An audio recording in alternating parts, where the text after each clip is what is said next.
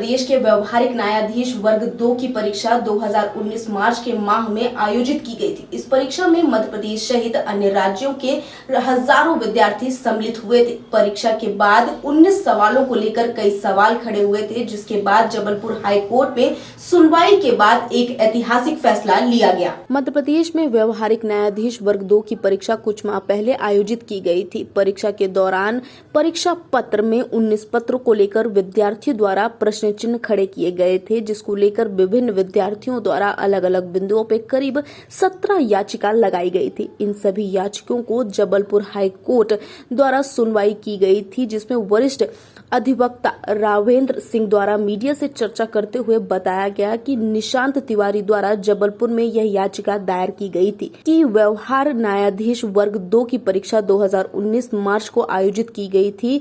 इस परीक्षा में 3 चरणों में परीक्षा आयोजित की जाती है।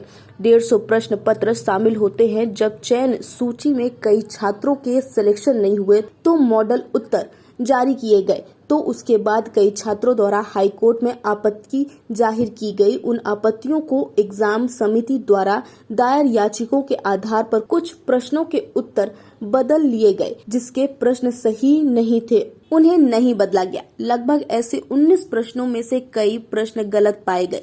लगभग 1 महीने के अंदर ही जवाब प्रस्तुत किया गया और उसके बाद खंड प्रस्तुत किया गया। यह 30 दिनों के अंदर ही हाई कोर्ट में 25 पन्नों का आदेश जारी कर दिया गया है। इस फैसले को हाई कोर्ट ने नाजिर माना है। जो याचिकाएं लगाई थी उन्हें ज्ञापन माना गया है। 19 प्रश्नों का सही उत्तर क्या है और फिर यह कमेटी चयन समिति को उत्तर देगी और फिर चयन सूची जारी की जाएगी। मध्य प्रदेश में कुछ माह पहले व्यवहार न्यायाधीश वर्ग 2 वर्ष 2019 फेज 2 की परीक्षा हाई कोर्ट के द्वारा ली गई थी, जिसके द्वारा सिविल जज क्लास 2 की कैंडिडेट्स को चुना जाना था। वह परीक्षा का 3 चरण में ऐसी परीक्षा होती है न्यायाधीश चुनने की, जिसमें प्रारंभिक परीक्षा, मुख्य परीक्षा और इंटरव्यू साक्षात्कार के बाद चयन होता है। मार्च 2021 में इस व्यवहार न्यायाधीश परीक्षा की प्रारंभिक परीक्षा हाईकोर्ट मध्य प्रदेश हाईकोर्ट के द्वारा ली गई, जिसकी चयन सूची प्रारंभिक परीक्षा की मई 2021 में हाईकोर्ट द्वारा जारी की गई। लगभग 150 प्रश्न थे, जिसमें हर प्रश्न का 1 उत्तर और 1 मार्क था और 3 उत्तर उसके गलत होना चाहिए थे। जब चयन सूची में कई सारे कैंडिडेट्स का सिलेक्शन नहीं हुआ और उन्होंने बारीकी से फिर हाईकोर्ट के द्वारा जो चयन सूची के संबंध में मॉडल आंसर की जारी की गई कि किस प्रश्न का क्या उत्तर उनके हिसाब से है, तो उस पर उन्होंने आपत्तियां बुलाई कैंडिडेट से। कई कैंडिडेट्स ने इस संबंध में अपनी हाईकोर्ट को आपत्तियां प्रस्तुत की गई और उन आपत्तियों का निराकरण हाईकोर्ट की एग्जामिनेशन समिति ने करते हुए और मई में उसको फाइनल मॉडिफाई कर दिया, जिसमें उन्होंने कुछ प्रश्नों को उत्तर बदल दिए और कुछ प्रश्नों के उत्तर जो बदले जाने थे, जो डिफेक्टिव प्रश्न थे या जिनके उत्तर सही नहीं थे प्रश्न पत्र में, उनको नहीं बदला और 10 प्रश्न उन्होंने कैंसिल कर दिए।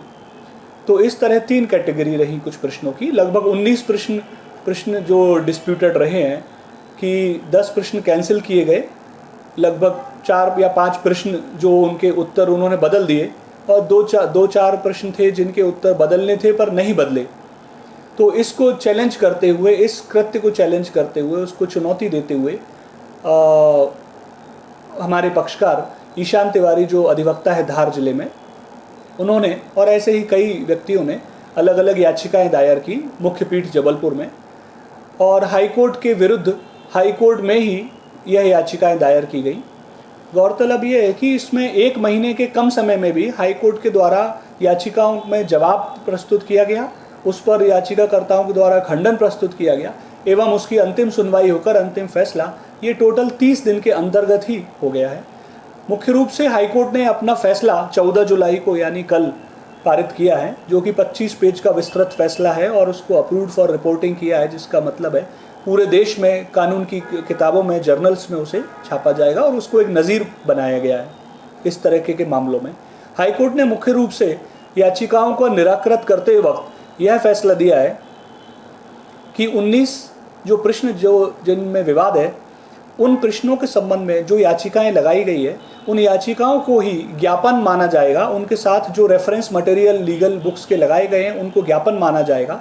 और हाईकोर्ट को ही प्रशासनिक न्यायिक तौर पर जो फैसला दिया है कि प्रशासनिक तौर पर हाईकोर्ट का जो कार्य है वो उसको 2 सप्ताह के अंतर्गत उसको तत्काल वो हाईकोर्ट के ही रिटायर्ड 2 जजों को एक कमेटी बनाई है, एक्सपर्ट कमेटी, जिनमें माननीय पूर्व हाईकोर्ट के माननीय न्यायाधीश CV सिरपुरकर और माननीय न्यायाधीश KK त्रिवेदी जी की एक्सपर्ट कमेटी बनाई गई है।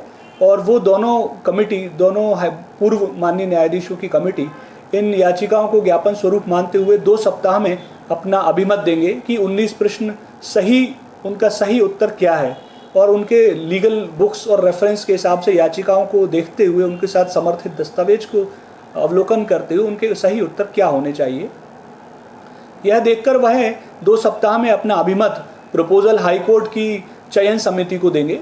और हाईकोर्ट की चयन समिति को फिर आदेश दिया गया है इसी आदेश में हाईकोर्ट द्वारा कि अगले 1 सप्ताह में वह एक नई चयन सूची जारी करें प्रारंभिक परीक्षा की।